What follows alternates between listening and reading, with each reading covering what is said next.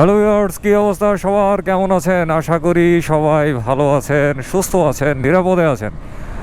So নতুন চ্যানেলের 6 নম্বর ব্লগে আপনাদেরকে অনেক অনেক স্বাগত জানাচ্ছি।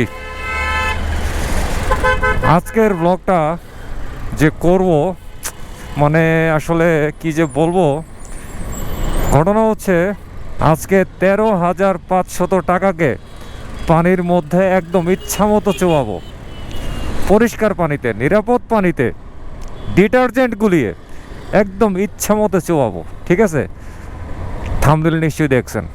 তো চলেন তাহলে দেখা যাক কিভাবে 13,500 টাকাকে একদম ধুমধারাক্কা করে পানিতে ভিজাই।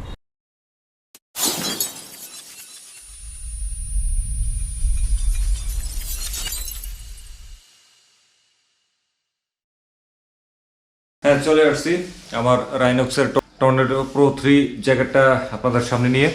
এটা দিয়ে আমার অনেকগুলো ভিডিও দেখছেন যখন আমি এটা পরে ঘুরে বেরিয়েছি আর কি। তো এই হচ্ছে আমার জ্যাকেটের ফ্রন্ট দিকটা, আর এই হচ্ছে জ্যাকেটের পেছনের দিকটা। তো এটারে এখন খুলবো, খুলে টুলে একদম একাকার করব, তারপরে হচ্ছে এটারে ধুবো। চেইনটারে খুলে ফেলেছি, ব্যাস। আর এটার মধ্যে কিন্তু লাইনার আছে মোট দুইটা, একটা হচ্ছে উইন্টার লাইনার আর একটা হচ্ছে রেইন লাইনার। তো এই লাইনারটাকে দেখা যাচ্ছে এইটা হচ্ছে উইন্টার লাইনার। এই উইন্টার লাইনারটারে খুললাম, আর এইদিকে হচ্ছে আরেকটা চেইন।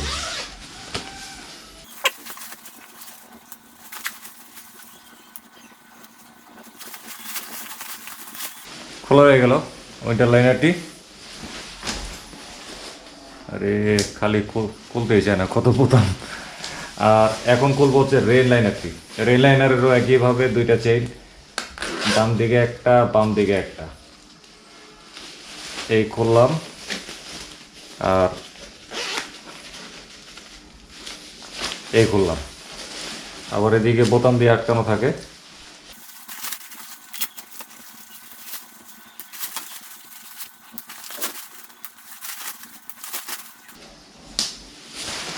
শেষ, উইন্টার লাইনার রেন লাইনার খোলা শেষ। এবারে খুলবো হচ্ছে আমার গার্ডগুলো। এটা হচ্ছে কিন্তু লেভেল 2 প্রোটেকশন। কেমন লেভেল 2 প্রোটেকশন?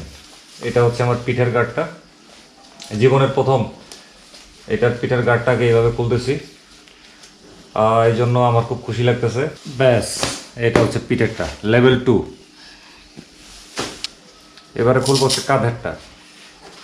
এই কাঁধের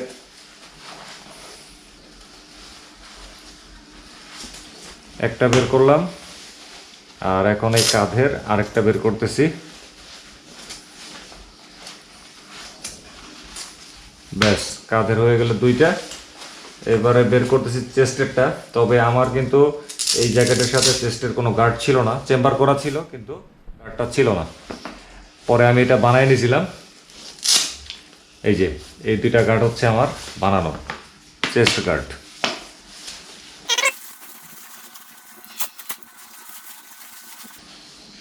এবারে খুলতেছি কনুইটা। এই কনুই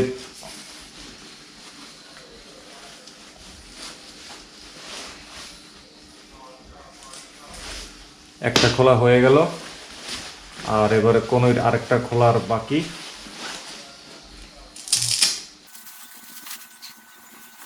এই কনুইর আরেকটা খোলা হয়ে গেল। এই কনুইর দুইটা, এই কাঁধের দুইটা, আর এই পিঠের একটা। আর এটা হচ্ছে আমার হাতে বানানো চেস্ট গার্ড। ক্লান্ত লেগে গেছে এটা খুলতে খুলতে। ওহ, তাহলে এবারে ওয়াশ কার্যক্রমটা শুরু করা যাক। পুরোপুরি ওয়াশিং সেন্টারে আগে পানি নিয়ে নিই, তারপরে কথা বলি।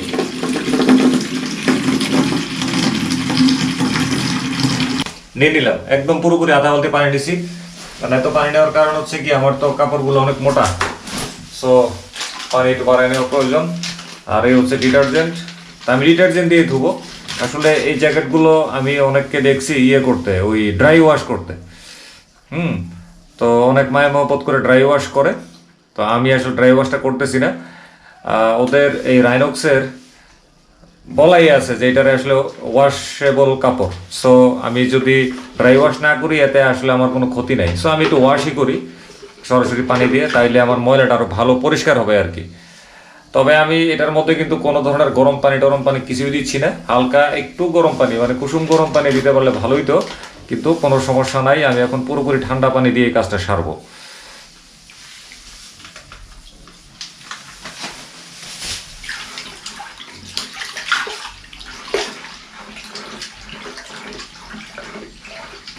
অনেকদিন ধরে ভাবতেছিলাম জ্যাকেটটারে ধুবো, কিন্তু আর ধুইতে পারি না, মনে চায় না, কষ্ট লাগে বেশি। দেখছেন না কতগুলো পার্ট, কতগুলো সিস্টেম করে খোলা লাগছে। ও যাক, আসলে এখন আমার কাজটা করে দেওয়ার মতো কেউ নাই, আমার ঠামাই করতে হবে। তো সবার আগে ডুবাই দিলাম উইন্টার লাইনারটাকে। নাও তুমি শীত এনজয় করো, তোমাকে পানিতে ডুবাই দিলাম। ব্যাস, উইন্টার লাইনার একদম পরিপূর্ণ পানিতে ভিজে গেল। আর এবার হচ্ছে রেল লাইনার। এই মিস্টার রেল লাইনার, এবারে তুমি কি করবা বলো? এই যে তোমাকে পানিতে একদম ডুবাই দিলাম। ভিজবা না মানে আমাকে ভিজাইও না, মানে তুমি ভিজাও আমাকে ভিজাইও না, ভিজাই দিছি। আর ফাইনালি হচ্ছে আসল জিনিসটা, এটারে এখন ডুবাই দিই। যাও, তোমার জীবনের প্রথম গোসল করে ফেলো, জোরাজুরি কইরো না। যাও যাও যাও, যেতে চায় না রে, ভিতরে যেতে চায় না। আরো পানি নিলে মনে ভালোই তো, আধা বালতি নিছি তারপরও হয় না। হ্যাঁ, ময়লা উঠতেছে মানে আমি তো জানি, কারণ পুরোটা শীতের মধ্যে আমি এই জ্যাকেটটা পরছি, এমন কোনো দিন নাই আমি এটা পরি নাই। তো পরিচিত জনরা রাস্তায় আমার দেখলে বলতো, কি ব্যাপার ভাই, আপনি দেখি এই ঢাকা শহরের মধ্যে জ্যাকেট পরে ঘুরে বেড়াচ্ছেন। তাই বললাম যে ভাই, টাকা দিয়ে কিনছি, এটা কি ঘরের ভিতরে ফালাই রাখার জন্য কিনছি? হ্যাঁ, তাছাড়া শীত তো, আমার তো শীতের প্রোটেকশন হচ্ছে, পুরোটা শীত জুড়ে আমি জ্যাকেটটা পরছি। ময়লা তো হবেই, আর ঢাকা শহরে থাকি, সুতরাং ময়লা না হয়ে কোথায় যায়। তো এবার হচ্ছে একটু ঘষা মাজার পালা। আমার আগে থেকে মার্ক করা ছিল কোন কোন জায়গায় ময়লাটা একটু বেশি পড়ছে।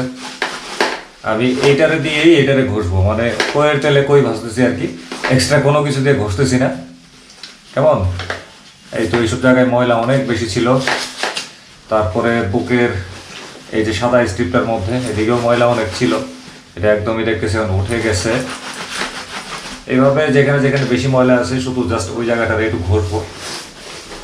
পানি কিন্তু একদম কালো হয়ে গেছে, দাঁড়ান পানিটা দেখাই দিছি, একটু অপেক্ষা করেন, পানিটা দেখাইতেছি যে কি পরিমাণ ময়লা উঠছে।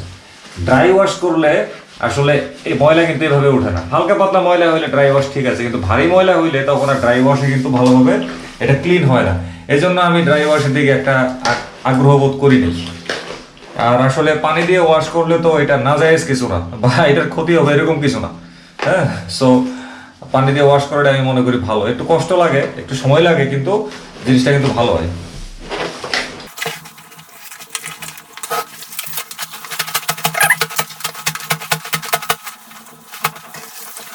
এই হচ্ছে জনাব রেড লাইনার। এগুলা অত একটা ময়লা হয় না, এগুলোর মধ্যে জাস্ট ধুলা টুলা পরে লেগে থাকে, এগুলো নর্মালি আমরা কাঁচা কুচা দিলেই উঠে যায়। মেইন হচ্ছে এই জ্যাকেটটা, কারণ এটা তো বাইরে থাকে, আর এটা হচ্ছে ম্যাশ কাপড়। আর এই হচ্ছে এগুলো আপনার ওরকম ময়লা থাকে না, এগুলো হালকা পাতলা একটু হাত দিয়ে ঘষাঘাষি দিলেই সব কিছু ক্লিয়ার। ওকে, আবার তো সাবান পানি থেকে তুলে ফেলছি, আর দিব না। আর এই হচ্ছে পানির চেহারা, বোঝা যায় একদম পুরো নীল যমুনার জল হয়ে গেছে, এমন কালো কালো হয়েছে।